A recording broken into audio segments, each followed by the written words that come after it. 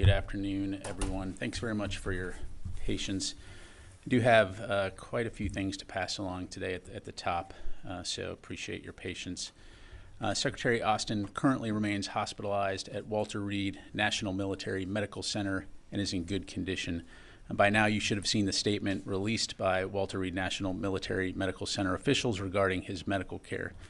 And for the sake of ensuring that everyone here today and everyone watching has the same information, I will read that full statement.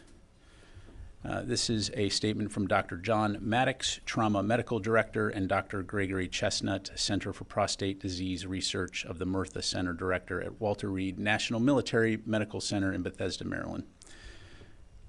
Beginning the statement. As part of Secretary Austin's routinely recommended health screening, he has undergone regular prostate-specific antigen PSA surveillance. Changes in his laboratory evaluation in early December 2023 identified prostate cancer, which required treatment. On December 22, 2023, after consultation with his medical team, he was admitted to Walter Reed National Military Medical Center and underwent a minimally invasive surgical procedure called a prostatectomy to treat and cure prostate cancer. He was under general anesthesia during this procedure. Secretary Austin recovered uneventfully from his surgery and returned home the next morning. His prostate cancer was detected early and his prognosis is excellent. On January 1st, 2024, Secretary Austin was admitted to Walter Reed National Military Medical Center with complications from the December 22nd procedure, including nausea with severe abdominal, hip, and leg pain. Initial evaluation revealed a urinary tract infection. On January 2, the decision was made to transfer him to the ICU for close monitoring and a higher level of care. Further evaluation revealed abdominal fluid collections impairing the function of his small intestines. This resulted in the backup of his intestinal contents, which was treated by placing a tube through his nose to drain his stomach. The abdominal fluid collections were drained by non-surgical drain placement. He's progressed steadily throughout his stay. His infection is cleared. He continues to make progress, and we anticipate a full recovery, although this can be a slow process. During the stay, Secretary Austin never lost consciousness and never underwent general anesthesia. Prostate cancer is the most common cause of cancer among American men, and it impacts 1 in every 8 men and 1 in every 6 African American men during their lifetime. Despite the frequency of prostate cancer, discussions about screening, treatment, and support are often deeply personal and private ones. Early screening is important for detection and treatment of prostate cancer, and people should talk to their doctors to see what screening is appropriate for them. End statement. Secretary Austin continues to recover well and remains in good spirits. He's in contact with his senior staff and has full access to required secure communications capabilities and continues to monitor DoD's day-to-day operations worldwide. At this time, I do not have any information to provide in terms of when he might be released from the hospital, but we'll be sure to keep you updated. And until then, we will continue to release daily status updates on his condition. We in the Department of Defense, of course, wish him a speedy recovery. The Department recognizes the understandable concerns expressed by the public, Congress, and the news media in terms of notification timelines and DoD transparency. And I want to underscore again that Secretary Austin has taken responsibility for the issues with transparency, and the Department is taking immediate steps to improve our notification procedures. Yesterday, the Secretary's Chief of Staff directed the DoD's Director of Administration and Management to conduct a 30-day review of the Department's notification process for assumption of functions and duties of the Secretary of Defense. While the review is underway and effective immediately, the Chief of Staff also directed several actions to ensure increased situational awareness about any transfer of authorities from the Secretary of Defense, to include ensuring that the DoD General Counsel, the Chairman and Vice Chairman of the Joint Chiefs of Staff, the combatant commanders, the service secretaries, the service chief of staffs, the White House Situation Room, and senior staff of the Secretary and Deputy Secretary of Defense are all notified, and that the notification for transfer of authorities includes an explanation of the reason. We'll keep you updated regarding the results of the review and any additional significant changes to process and procedures as appropriate. And as I highlighted to many of you yesterday, nothing is more important to the Secretary of Defense and the Department of Defense than the trust and confidence of the American people and the public we serve, and will continue to work hard every day to earn and deserve that trust. Separately, Deputy Secretary Kathleen Hicks is traveling today en route to U.S. Space Command headquarters at Peterson Space Force Base in Colorado. Tomorrow she'll preside over the U.S. Space Command change of command at 12 p.m. Eastern Time between General James Dickinson and Lieutenant General Stephen Whiting. The event will be live streamed on DVIDs and on defense.gov. Also, Dr. Michael Chase, Deputy Assistant Secretary of Defense for China, Taiwan, and Mongolia, began talks yesterday with People's Republic of China Major General Song Yanqiu, Deputy Director of the Central Military Commission Office for International Military Cooperation, at the Pentagon for the 17th U.S. PRC Defense Policy Coordination Talks. Those meetings conclude today, and we'll issue a readout later this afternoon. Finally, as some of you may be aware, the United States of America Vietnam War Commemoration was launched in 2012, authorized by Congress under the Secretary of Defense in support of a national 50th anniversary commemoration to help thank the nation's Vietnam veterans and their families for their service and sacrifice on behalf of our nation. Notably, thousands of organizations known as commemorative partners have joined the U.S. Vietnam War Commemoration to honor America's 7 million Vietnam veterans, both at home and abroad, and the 10 million families of all those who served. This Saturday, January 13th at 4 p.m. Eastern, a special commemoration of the service, courage, and legacy of Vietnam War veterans and Gold Star families, and a renewal of American commitment to account for those heroes who may remain missing 50 years after the war's end, will be observed at the National Cathedral in Washington, D.C., hosted by a commemorative partner, the Air and Space Forces Association, and 40 supporting organizations.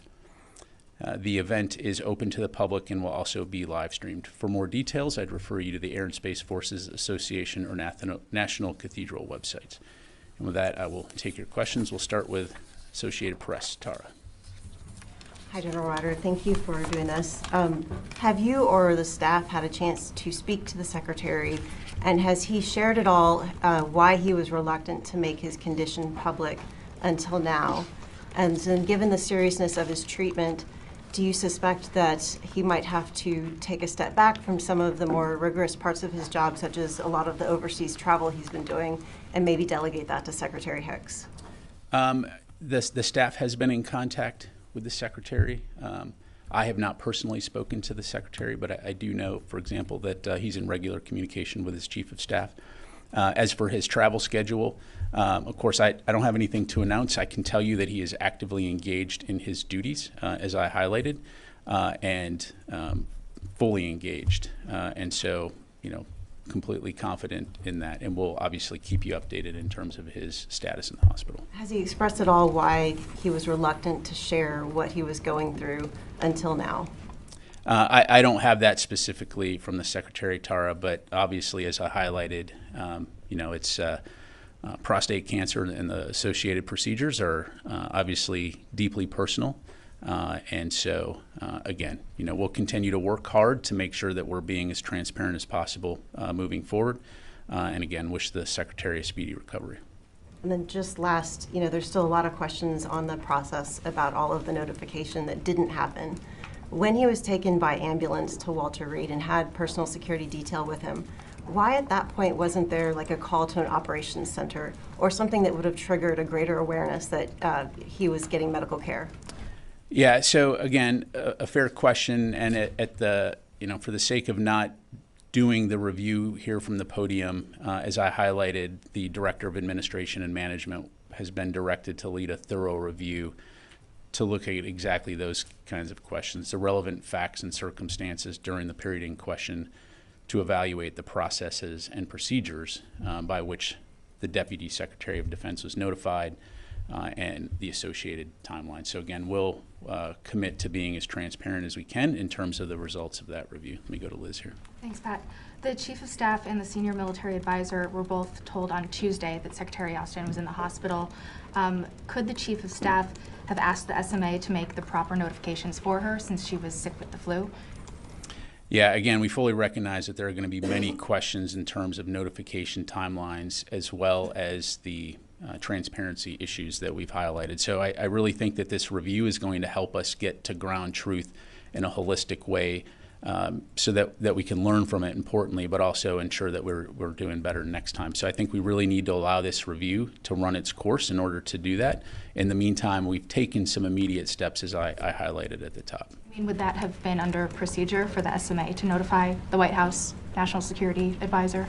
Again, certainly, we want to make sure that notifications are happening in a timely way. And in this way, as we've acknowledged, there were some shortfalls. And so it's important that we go back and look at what those shortfalls were, what could have been done better, and make sure that going forward, we're improving those processes. So again, this review will help us. Let me go to Courtney. Do you still think it's appropriate to call his medical procedure on December 22nd the prostatectomy an elective medical procedure if it was treating prostate cancer? So I'm gonna defer to medical officials on this. Again, this is we released this information as soon as we had it, and so again, I'm going to refer back to the statement, and going forward, we'll use that as the baseline in terms of describing. But in this particular case, as soon as we had the information made available to us, we provided it to you. It seems frankly like you were deceived by telling everyone that it was an elective medical procedure and by telling that to the public. I mean, it doesn't seem elective if he had prostate cancer and this was treating it. Yeah, I'm not a medical professional. Again, we're going to try to provide you with the most information we have as quickly as we have it, and recognizing that as I say that, we could have done a better job last week. So, again, we have this information now from these medical professionals, and I think that it will go a long way in terms of helping to understand the situation and what needs to be done going forward. And when was President Biden notified that the secretary was diagnosed with prostate cancer? I'd have to refer you to the White House. I just don't know. Natasha.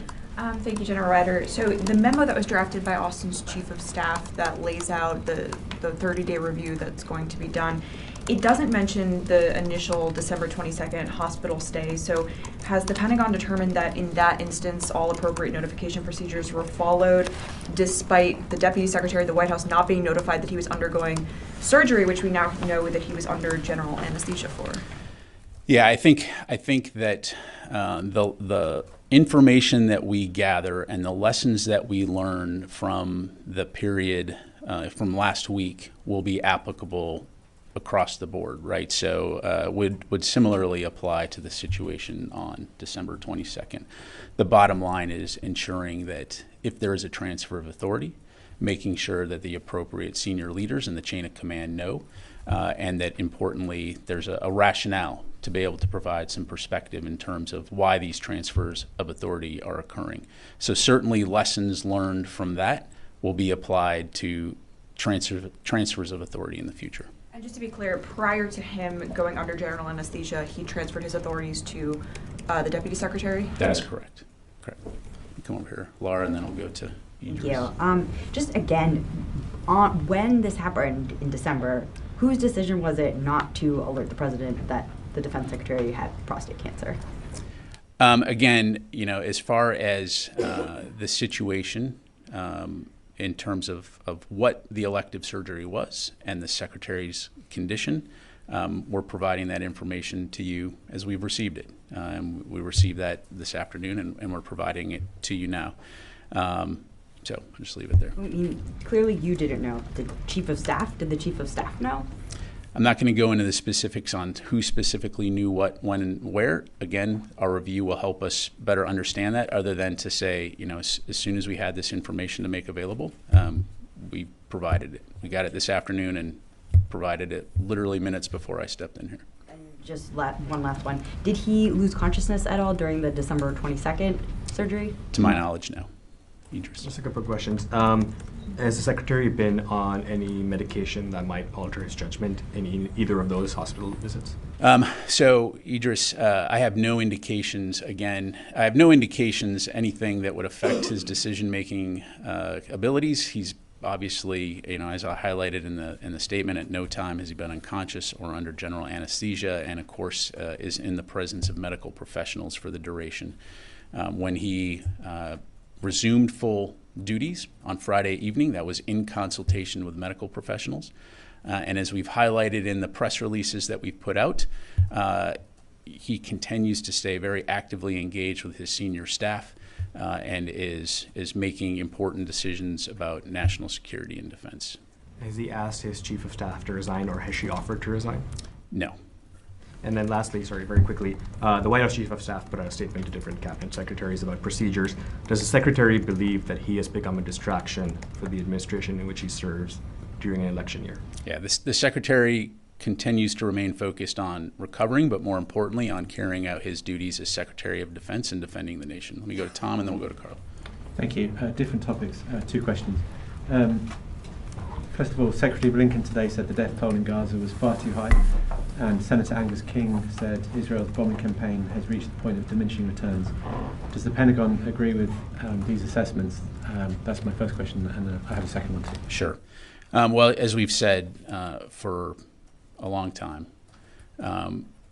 any civilian death is a tragedy. And of course, the Secretary and others, as we've engaged with our Israeli partners, have continued to encourage them to do everything possible to mitigate civilian harm, and we'll continue to do that. Again, no one wants to see innocent civilians killed in this conflict, whether they be Palestinian or Israeli, and so we'll continue to work toward that end. Thank you. Second question. Mike McCall at the weekend issued a statement condemning what he said was US weakness in dealing with the Houthi threat in the Red Sea. Do you have any updates on Operation Prosperity Guardian you can share? And do you have any reaction to the claim that the US is being too weak? The U.S. is not being too weak. We are working very actively with international partners to address the Houthi threat. Operation Prosperity Guardian is bringing together more than 20 nations to help safeguard international commerce and mariners that are transiting the Red Sea. And we will continue to work very closely with those partners to help deter by presence, but also helping to safeguard those ships that are transiting. Additionally, as you saw last week, a statement was put out by multiple nations highlighting that there will be consequences for any type of continued Houthi attacks. And so that warning still applies. I'm not going to speculate or get into hypotheticals about what we may or may not do as it pertains to or as it relates to addressing those issues, other than to say it should be taken very seriously. Carla? Thank you. First of all, the Secretary is expected to host an honor cordon on Thursday here at the Pentagon. Has that changed? Has that been canceled? Is the Pentagon preparing for somebody else to host this in his stead? Carla, so I don't have the specific details on the honor cordon in front of me, other than to say again, we will continue to assess the Secretary's schedule in terms of here at the Pentagon, and certainly as we have updates or if things need to be delegated, we'll certainly do that as appropriate. The business of the department, the day-to-day business, obviously continues, and the Secretary, of course, is conducting his duties from the hospital. And so we'll be sure to keep you and others updated in terms of who may be carrying out those specific duties or functions, or if we have to reschedule things. But right now, I just don't have any specifics. And just so I understand the timeline, President Biden did not find out that Austin was in the hospital until Thursday, correct? Correct.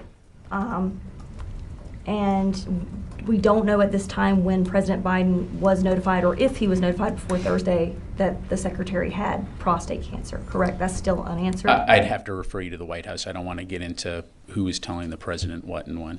Okay. And so why did it take so long to get to President Biden, and why did the statement take so long when the Chief of Staff returned on Thursday, assuming she returned on Thursday morning? The statement did not come out until Friday after 5, so that's 2 full business days.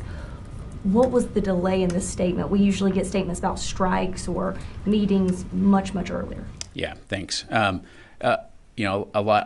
provide you a broad overview. I covered a lot of this during the gaggle yesterday, but I recognize that not everybody was there. And so, when the notifications occurred, to the staff on Tuesday, because the Secretary's Chief of Staff was ill with the flu, it impacted a delay in reporting it to the Deputy Secretary's staff and to the National Security Advisor. Again, we recognize that there were some shortfalls in this, in terms of the obvious question about delegation. And so again, that's what this review is going to help us look at, is where we can improve processes to ensure these kinds of things don't happen again going into the future.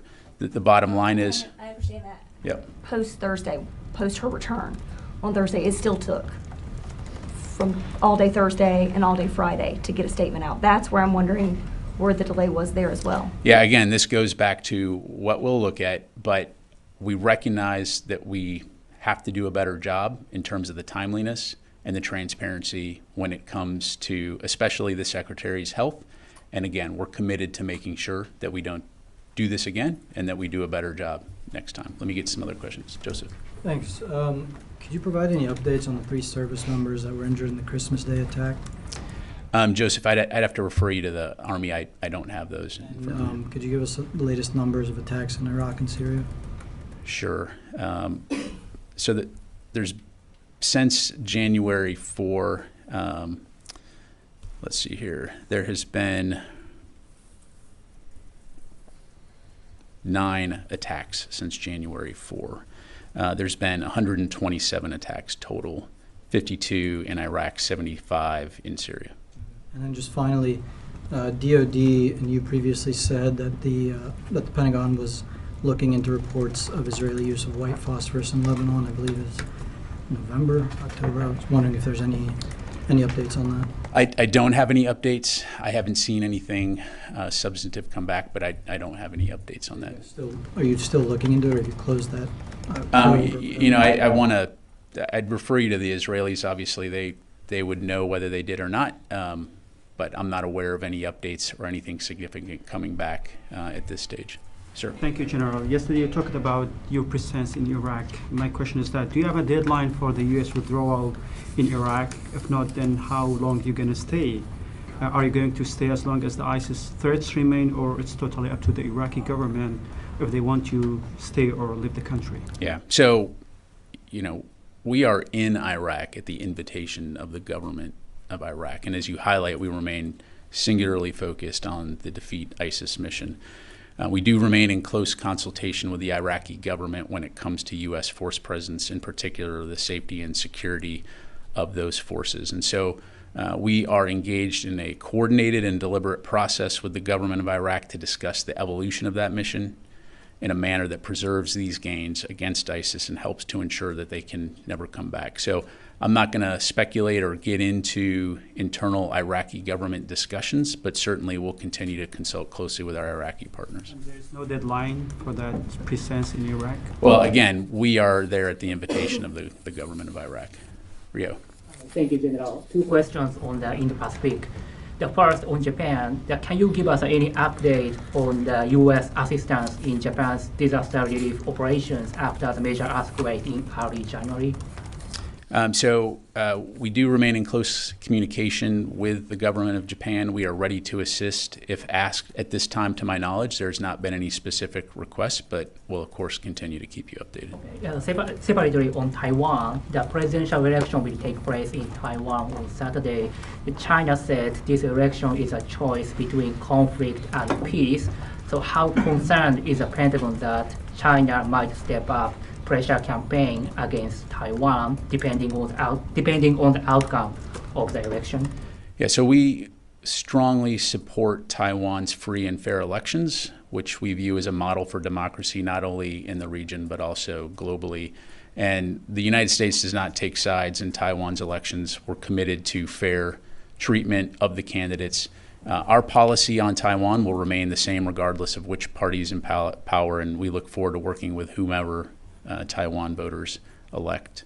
The U.S.-China, One China policy, as you know, Rio, will continue to be guided by the Taiwan's Relation Act, the 3 joint communiques, and the 6 assurances. Fadi.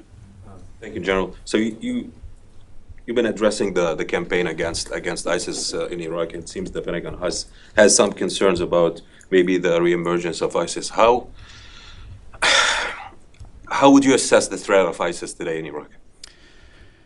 So it's really interesting having watched this over time. So, ISIS in Iraq and Syria have been largely suppressed.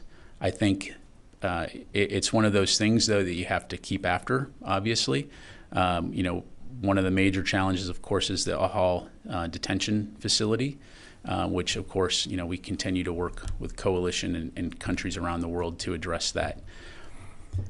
Post-counter-ISIS campaign, the active operations when ISIS was defeated, essentially in Syria, what we've seen is ISIS essentially look to metastasize elsewhere, most notably in the African continent, but then also in places like Afghanistan.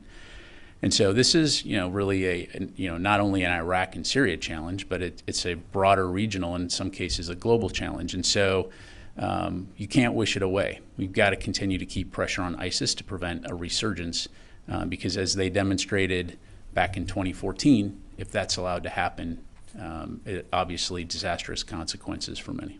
We'd like to focus on ISIS threat in Iraq. As you said, in Iraq, Syria, it's been largely suppressed. And the U.S. has been advising and training Iraqi security forces in Iraq for years now. Does the Pentagon think that Iraqi security forces are able on their own to deal with the current situation that is, or the threat of ISIS that has been largely suppressed? Well, that's really a question for the Iraqi security forces to answer. Again, we're there at the invitation of the Iraqi government to help train and advise. And again, you and I have both been watching this for a very long time, and the Iraqi security forces, particularly on the counterterrorism front, have been incredibly effective. I mean, they are fantastic forces. And so really, like elsewhere in the world, anytime we have forces present in a country, it's going to be there at the invitation of those countries. And so I think we all, both Iraq and the United States and the international community, have a vested interest in preventing a resurgence of ISIS. But at the end of the day, again, we continue to be present at the invitation of the government of Iraq. Third question on a last one, different because I got a couple folks over here. So this is on Gaza. You stated again that the Secretary and the leadership in the Pentagon has been encouraging the Israeli counterparts to minimize harm among civilians in Gaza. We've been hearing this since the beginning of the war, especially when this toll started ballooning, and now we're talking about more than 23,000 killed. How, if you would try to rate or give a grade to your efforts so far with your Israeli allies, how successful were your efforts and the Secretary's effort in convincing the Israelis to reduce harm among civilians in Gaza? Yeah, thanks, Fadi. So, again, we've talked about the incredible challenge that we have here in terms of the threat that Hamas presents to the people of Israel, an existential threat by an organization that has committed to eliminating Israel as a country, as demonstrated by their attacks on October 7 and their public statements that they want to see such attacks continue again and again. You're seeing combat in an incredibly dense urban environment with an adversary that, again, is completely fine with using humans as shields, civilians as shields. And so, again, we don't underestimate the challenge that is in front of Israel when it comes to confronting this threat, and we'll continue to support their right to defend themselves. But again, we will continue to actively discuss and expect that they conduct those operations in accordance with international laws of armed conflict and international humanitarian law. And so, at the end of the day, these are sovereign decisions made by a sovereign government, but we will continue to work closely with them to try to, again, underscore the importance of ensuring that they're taking civilian harm into account, recognizing, as the Secretary said earlier in December, that you don't want to have tactical victory but strategic defeat. Let me go back over here. Nancy. Thank you. I had 2 points I needed clarified and then a couple questions. You told Laura that the Secretary did not lose consciousness, if I heard correctly, December 22nd, but the statement says he was under general anesthesia. Can you help me understand? Is there something I misunderstood? Again, this is according to his doctors. He never lost consciousness and never underwent general anesthesia. And so I thought that was for the January 1st part versus the 22nd, 1st, and 23rd time frame. That's why I'm a little confused. I'll have to take that question because you're right. It does say in the statement he was under general anesthesia for the 22nd operation. So let me take that question. And then, because I really don't like the passive voice, we keep talking about how Kelly Maxim and others were initially told January 1st or 2nd. So we can use an active voice, who told them on the 1st and the 2nd about these complications? I don't have an answer to that, but I will take that question. Will the Secretary be attending the NATO meetings and the Ukraine contact group next week? And if not, has he told the appropriate group members? Again, recognizing that the Secretary's schedules obviously will continue to change. I'm not aware that he was scheduled to attend any meetings overseas next week regardless. We, of course, tentatively do have a Ukraine contact group, as we do typically monthly, but I don't have anything to announce in terms of dates on that right now. We'll certainly keep you and others informed. Lastly, has the Secretary agreed going forward that should he face future medical procedures or need to leave for whatever reason, that he will inform the public in a more timely manner? I think under all of this, and I want to be very clear, I think, again, we recognize the need to be better when it comes to transparency. And as a senior DoD public affairs official, I will work very hard with our senior staff to make sure that we're doing due diligence and meeting the standard that the public expects and has communicated very loudly throughout this process. So to answer your question, yes. Yes, the Secretary does. As committed to that. I appreciate Well, and again, I'd refer you to the Secretary's statement that we put out, that he is committed to doing better when it comes to transparency. Let me go to Tara and I'll come back to you, sir. Can I go back to the statement that was issued on Friday, which initially said elective procedure? Can you tell us who informed the use of the word elective? Was it Austin's doctors telling y'all it's an elective procedure? How was that word chosen to just fall onto, if it's prostate cancer, it's probably not an elective procedure? So to my knowledge, that initial statement was coordinated in consultation with his doctors, and again, recognizing that what I've provided you today has come directly from his doctors. It says here a minimally invasive surgical procedure. So again, recognizing that words matter, I think we were trying to relay the best information that we had at the time, but again, to my knowledge, that initial statement was coordinated in consultation with the medical care professionals. Okay, let me go to Chris, and I'm sorry, and then we'll come to you. Thanks. If there was no delay with the notifications and no public fallout, did the Secretary and did the Department plan to publicly acknowledge the Secretary's prostate cancer at some point, given that he's a cabinet member and a public figure?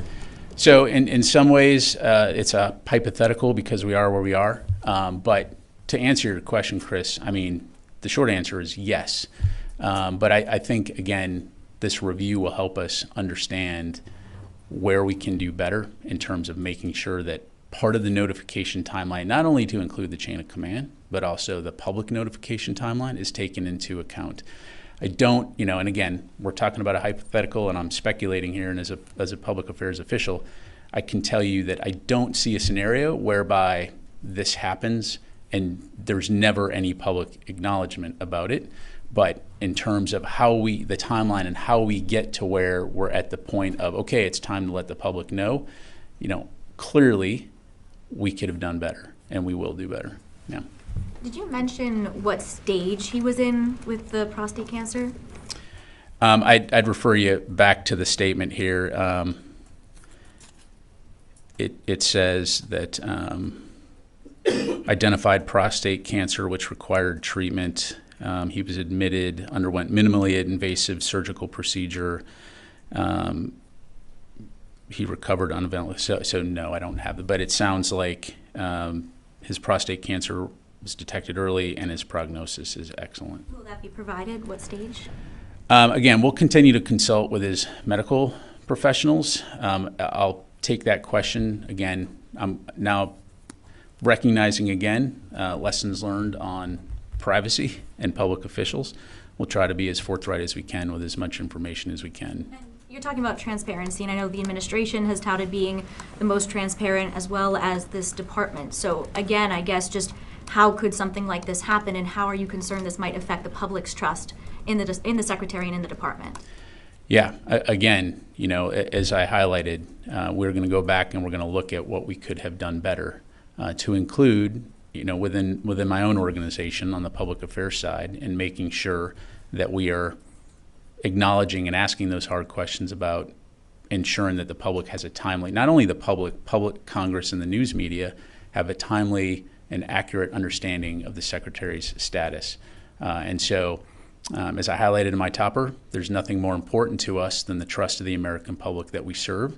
And we realize that trust has to be earned. And so we're going to work hard every day to make sure that we are earning that trust, but more importantly, deserving that trust. Let me get a few folks. James. So I understand, thank you for the question, General. So I understand that the Secretary has accepted responsibility for all this. I understand that the Pentagon is doing a 30-day review, and I understand that the Pentagon is committed to transparency, particularly in their meetings with the Pentagon Press Association and what they've said publicly. If you read through any Army field manual, there will be a passage, particularly field manuals on leadership, that says that leaders cannot lead without being able to communicate clearly. And so I'm wondering if the Secretary views this as a leadership failure versus just shortcomings in transparency or shortcomings in notification, that it's actually looked at as a leadership failure either within the institution or himself personally. Yeah, so a couple of things, James, and thanks for the question. So first of all, the Secretary in his statement on Saturday has accepted responsibility for the transparency issues associated with that. So from a leadership standpoint, he's stepped up and said, yes, I take responsibility for this. And again, importantly, this review will help us better understand, not only from a process and procedure standpoint, but also where we could have done better and how we can do better moving forward in the future. So, part of, as you highlight, part of leadership is understanding where you can do better and where there are shortfalls, and then owning those. And we are going to own those, and we're going to do better, not only because it's the right thing to do, because it's also vitally important as we carry out our mission. So, Natasha. I just have two quick follow-ups. So if the White House wasn't told of the December 22nd surgery when Austin was under general anesthesia, and the authority and the powers were transferred to the Deputy Secretary, then what is the thinking there of what if the White House needs to contact the Defense Department, the Secretary, and needs to issue an order, for example? Then how do they know who to contact? What was kind of the rationale behind not contacting them? Well, again, as I highlighted, part of the changes effective immediately will be providing an understanding of why authorities are being transferred. The transfer of authorities in conducting the day-to-day business of the department in and of themselves are not that uncommon. And so it wouldn't, when the White House, and again, I'm going to kind of, I don't want to say speculate, but I'm just going to kind of give a scenario, as I understand it. If the White House needs to contact the department, they're going to contact the department, and if the Deputy Secretary is in charge at that moment, because authorities have been transferred, she of course will respond. A little bit of a hypothetical in terms of your question, if the President wanted to reach out directly to the Secretary, again, circumstantial. I don't want to get into hypotheticals other than to say part of this process improvement and the steps that we've taken immediately is to ensure a wide understanding that transfer authorities have occurred and why those transfer authorities have occurred, particularly to include hospitalization, so that there can be an understanding of context in terms of when I might want to ask more questions, if that makes sense. Okay, and then in terms of the 30-day review, is there a reason why that's being handled internally rather than by the IG? Well, so the Department of Defense Inspector General, of course, is a independent office, and so I can't speak for them and what they may or may not do. But what we can do within the Office of the Secretary of Defense is we can take immediate action to review where we can do better, how this happened, the relevant facts as I highlighted, and then importantly, implement some immediate change to address some of the things that needed to be addressed. So I'll just leave it at that. So will the results of that review be made public? So we will, as soon as that review is complete, we'll of course work with you all to try to provide as much information about that review as we can. Liz. Thank you. I'm trying to get a better sense of the statement that came out on Friday. so Secretary Hicks learned about Secretary Austin's condition on Thursday and started to push for a statement to come out. At the same time, Secretary Austin's condition improved on Friday. So by the time the statement came out, you could say he would resume his responsibilities from the hospital. The timing of the statement, does that have more to do with Secretary Austin's condition or the push from Secretary Hicks? So Liz, I don't have the answer to that question. That may be something that our review helps us to understand. But I do know that as that statement was coordinated, part of it was trying to make sure that we had as much information as possible in terms of the Secretary's status and condition, which again, we've been working to try to get as much information as possible. So that's about as much as I can provide at this stage. Certainly, again, as we talked about yesterday, Friday afternoon, when there was an understanding that we were going to put a statement out, we tried to get that out as quick as we could. Unfortunately, it came out at Friday at 5 o'clock, which is obviously less than ideal. Yes, ma'am. Thanks so much. I have one follow-up on Taiwan. On Monday, Taiwan's defense ministry reported 3 more balloons over the Taiwan Strait from China. So is the Pentagon monitoring this situation over Taiwan, and how do you assess such Chinese balloons toward Taiwan before the Taiwan's presidential election? Yeah, so we're certainly aware of that reporting. I'd refer you to Taiwan to talk about their own airspace, but as you highlight, that's something that we'll continue to monitor. Has the Secretary assumed his full responsibilities right now? Correct. All of his responsibilities on Friday evening. Okay, because the Armed Services Committee tweeted out that the deputy is the one making calls to lawmakers right now. Well, so the Secretary and the deputy engage with Congress on a regular basis. So Friday evening, the Secretary resumed his full duties, right? So the authorities were transferred on Tuesday afternoon to the Deputy Secretary and then resumed by the Secretary on Friday evening. And he is, again, from his hospital room, executing his full duties. Have you spoken with the Secretary this year at all? And if not, why not? Have I spoken with? I have not spoken with the Secretary. Again, no. I'm just still stuck on the fact that the Secretary knew he had cancer in early December and he didn't tell the President for weeks. So if he kept that information from the President and from the public for weeks, why should we believe that he was going to tell the President at some point? Laura, look, again, I can't speak for the Secretary when it comes to his, personal decision-making as it relates to his medical condition. Again, I'm going to go out on a limb here and highlight the information that I read out to you from the statement from the doctors, obviously intensely personal and very detailed. And so, again, we recognize, and as I've highlighted, we'll learn and do better when it comes to transparency regarding the Secretary and any health care. But again, we'll continue to push to provide as much information as possible.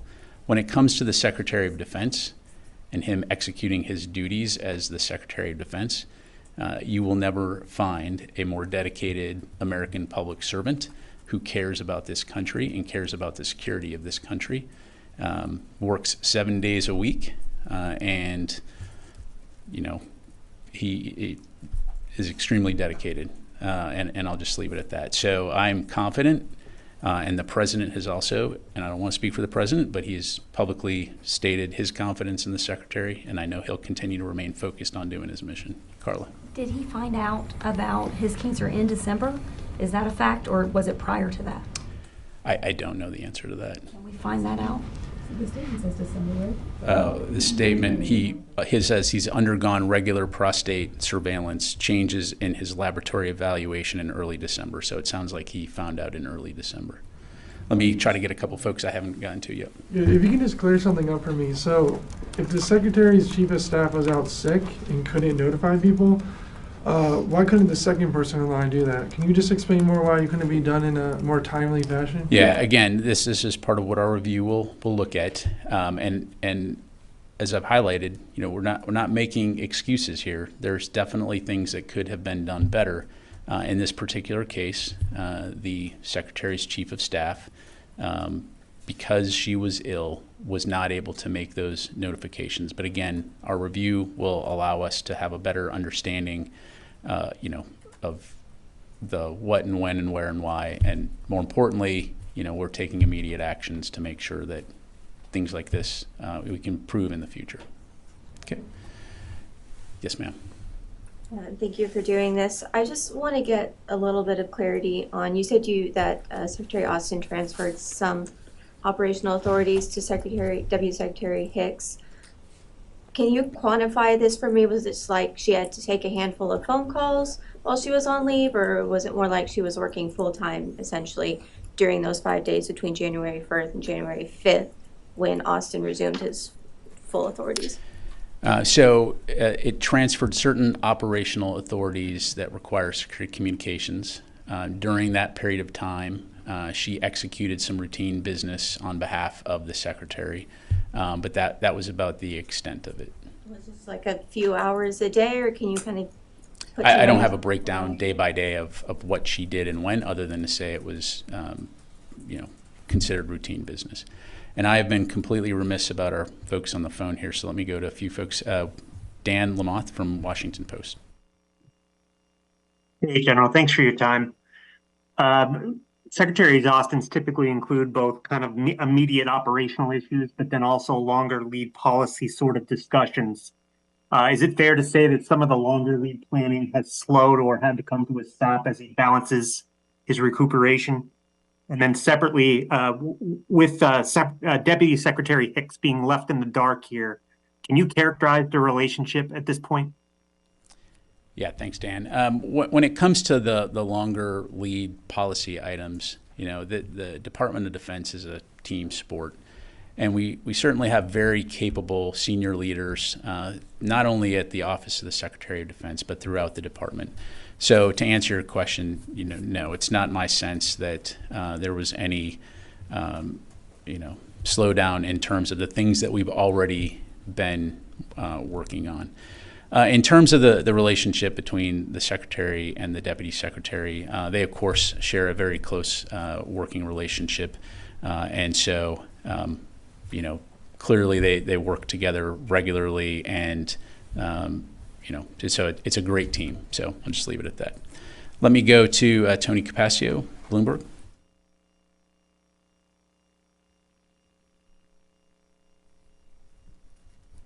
Tony? Okay. I'm probably talking too long. Let me go to Mike Brest. Hi, thanks for doing this. I'm hoping to nail down on the transfer of authorities. Can Secretary Austin transfer some authorities sometimes, but not other times? When he transferred powers on December 22nd, was it the same exact transfer of powers that happened on January 2nd? And is it fair to say that Deputy Secretary Hicks was serving in an acting secretary capacity last week? Yeah, so again, this would be the transfer of certain operational authorities that require secure communications. And so, again, it's not necessarily uncommon, and it doesn't necessarily have to be related to health reasons. With some of you, I've used the example when he traveled to the USS Ford in December to visit the crew. He had to be transported on a Navy C-2 aircraft, which had limited communications. And so for that 45-minute flight, for example, he would transfer authorities to the Deputy Secretary so that there's positive control of those certain operational authorities during that time. And then, of course, when he gets to the ship, those are then resumed back by the Secretary. So that in and of itself is a process that's not uncommon. Let me go to Mike Glenn, Washington Times. Thanks, Pat. My question's already been answered. You can go ahead. Someone else. Okay, thanks. J.J. Green. General, thank you. Considering that a review is underway, it'll take a while for that. But just the question in the interim that I have is, what's the order of the communications chain from the Secretary of Defense down to the team and out to the President and to others? What does that order look like? Well, JJ, it's hard for me to answer that question just based on the fact that it depends on the circumstances and it depends on what we're talking about. So, I'm not really able to give you a specific answer, and certainly don't want to go into hypotheticals. But clearly, at no time during this process was, or this situation was national security ever in jeopardy. There was positive control between the secretary and the deputy secretary. And so, again, those operational authorities were resident with the secretary or the deputy secretary at any moment. Thank you. Let me go back to the room here. Chris and then Joseph. A clarifying question, just because we're working off a lot of examples, the CARE example, could you now, or perhaps take the question, provide us what exactly are the full authorities of the Secretary of Defense and what you define that as? Because it seems like, there's some confusion among our readership and amongst ourselves of what exactly are the full authorities of the Secretary of Defense. Yeah, again, Chris, I'm not able to get into specifics for operation security reasons other than to say, if there are certain things that require secure communications, whether it's, command and control of forces related to certain operations around the world, those authorities would then be transferred to the Deputy Secretary so that she is able to make decisions on behalf of the Secretary if he's not able to access those communications. Now, certainly there's a lot of other things that the Department of Defense does that doesn't require secure communications, or it doesn't require the Secretary of Defense to personally make those decisions. But what we're talking here is strategic level operational authorities related to the department's business. So I just have to leave it at that. Joseph. Yesterday, a statement from here said that Secretary Austin received an operational update from Carilla and the Joint Chiefs Chair.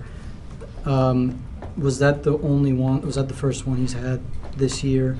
And then previously, those 4 or 5 days before, were there operational updates provided to Secretary Hicks, or was there any gap in with everything going on in the CENTCOM AOR?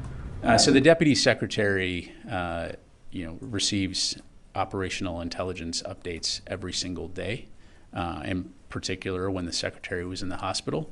But the Secretary began to, again, receive his presidential daily brief and his operational updates on Saturday after resuming full duties on Friday evening.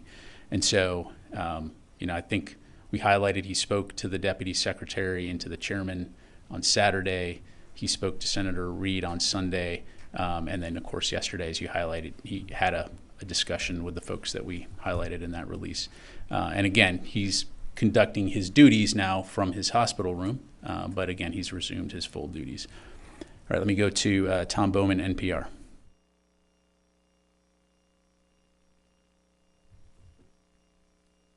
All right, and then Howard Altman.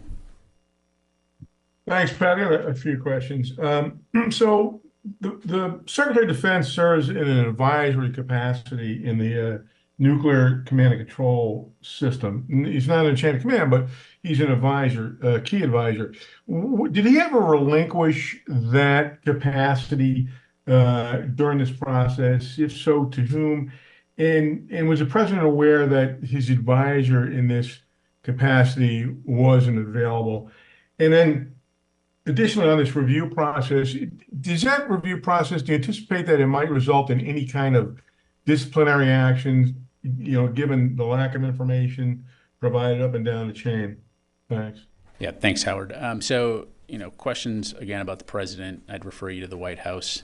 As I highlighted earlier, when it comes to the necessary authorities to carry out the operational business of the Department of Defense, the secretary or the deputy secretary had positive control at all times. And so to answer your question, no, there was no impact on our ability to make sure that regardless of what we're talking about operationally, there was a senior leader at the helm ensuring that national security requirements were being covered.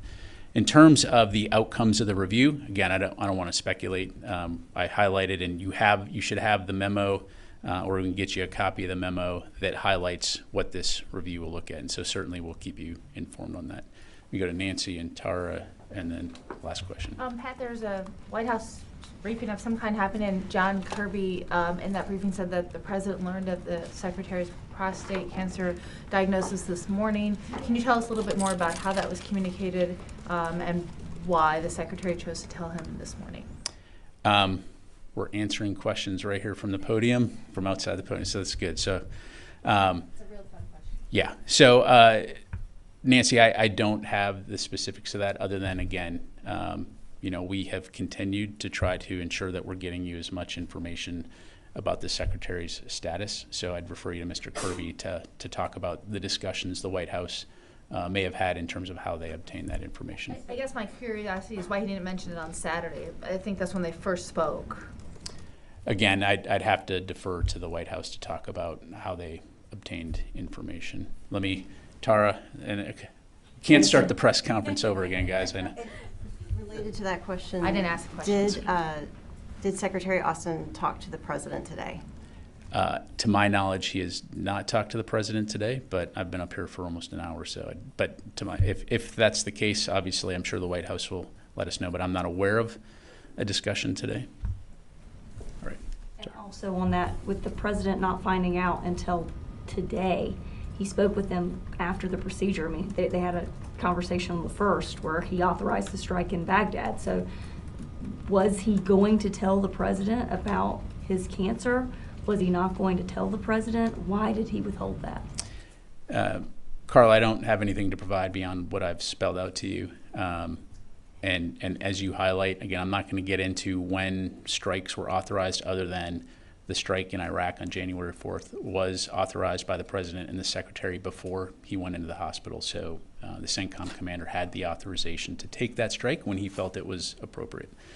One quick one. Last okay, question. so Kirby Yes, said apparently at the we're all seeing from our White House colleagues that he said that Secretary told the president today, in some capacity. However, that was communicated. I would imagine it's on the phone. What I'm unclear about is we had a statement from Secretary Austin on Saturday committing to doing better about transparency, and it seems as if he didn't even. You guys don't even know that he called the president and told him this today. It just doesn't seem like that. You know, it's only been 3 days and already. He's not being more transparent with the White House over the weekend with his diagnosis, and he's not even telling you guys. I guess I would love to know, and I wish we could ask these questions of him, and I guess as part of his transparency, I'll just put out here, we would appreciate having an opportunity when he's better, of course, and feeling up to it, to ask him these questions himself. Yeah. Why he didn't inform his press secretary that he called the president and told him this morning. I appreciate that, Courtney. And again, you know, as the secretary highlighted and as you highlighted, he has made a commitment to do better when it comes to transparency, and we'll certainly take the request to have him come brief you here in the briefing room. You guys have all been... Is he still not planning on resigning? He's not planning on resigning. You all have been very patient today. Thank you very much, and I hope you have a great day. Thank you.